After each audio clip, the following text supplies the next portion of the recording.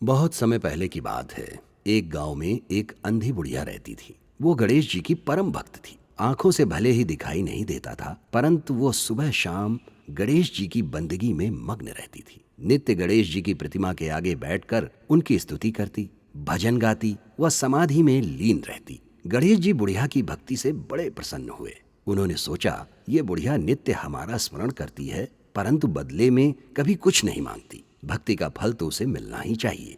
ऐसा सोचकर गणेश जी एक दिन बुढ़िया के सम्मुख प्रकट हुए तथा बोले, माई, तुम हमारी सच्ची भक्त हो। जिस श्रद्धा व विश्वास से हमारा स्मरण करती हो, हम उससे प्रसन्न हैं। अतः तुम जो वरदान चाहो हमसे मांग सकती हो। बुढ़िया बोली, प्रभु, मैं तो आपकी भक्ति प्रेम भाव से करती हूँ। मांगने का तो मैंने कभी सोचा ही नहीं, अतः मुझे कुछ नहीं चाहिए। गणेश जी पुनः बोले, हम वरदान देने के लिए आए हैं।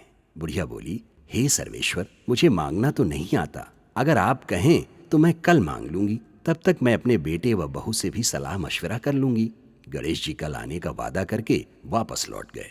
बुढ़िया के एक पुत्र व बहू थी। बुढ़िया ने सारी बात उन्हें बताकर सलाह मांगी। बेटा बोला, माँ, तुम गणेश जी से ढेर सारा पैसा मांग लो, हमारी गरीबी दूर हो जाएगी, सब सुख चैन से रहेंगे। बुढ़िया की बहू बोली, नहीं, आप एक सुंदर पोते का वरदान मांगे। वंश को आगे बढ़ाने वाला भी तो होना चाहिए। बुढ़िया बेटे और बहू की बातें सुनकर असमंजस में पड़ गई। उसने सोचा, ये दोनों तो अपने अपने मतलब की बातें कर रहे हैं। बुढ़िया ने पड़ोसियों से सलाह लेने का मन बनाया। पड़ोसन भी नेक दिल थी। उसने बुढ़िया को समझाया कि तुम्हारी सारी जिंदगी दुखों में कटी है। अब जो थोड़ा जीवन बचा है वो तो सुख से व्यतीत हो जाए। धन अथवा पोते का तुम क्या करोगी? अगर तुम्हारी आंखें ही नहीं हैं तो ये सांसारिक वस्तुएं तुम्हारे लिए व्यर्थ हैं। अतः तुम अपने लिए दोनों आंखें मांग लो। बुढ़िया घर लौट आई। बुढ़िया और भी सोच में पड़ गई। उसने सोचा, कुछ ऐसा मांग लूं जिससे मेरा, बहू व बेटे सबका भला हो। लेकिन ऐसा क्या हो सकता है? इसी उधेड़ बुन में सारा दिन व्यतीत हो गया। बुढ़िया कभी कुछ मांगने का मन बनाती तो कभी कुछ, परंतु कुछ भी निर्धारित न कर सकी। दूसरे दिन गणेश जी पुनः प्रकट हुए और बोले, आप जो भी मांगेंगे वो हमारी कृपा से हो जाएगा, ये हमारा वचन है। गणेश जी के पावन वचन सुनकर बुढ़िया बोली, हे गणराज, यदि आप मुझसे प्रसन्न हैं तो कृपया मुझे मन इच्छित वरदान दीजिए। मैं अपने पोते को सोने के गिलास में दूध पीते देखना चाहती हूँ। बुढ़िया की बातें सुनकर गणेश जी उसकी सादगी व सरलता पर मुस्कुरा दिए। बोले, तुमने तो मुझे ठग ही लिया।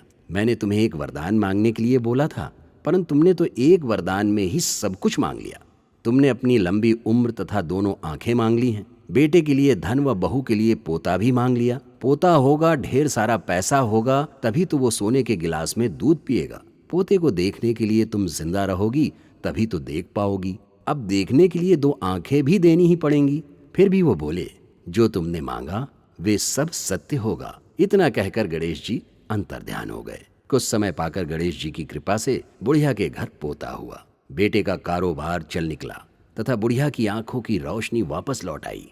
बुढ़िया अपने परिवार सहित सुखपूर्वक जीवन व्यतीत करने लगी।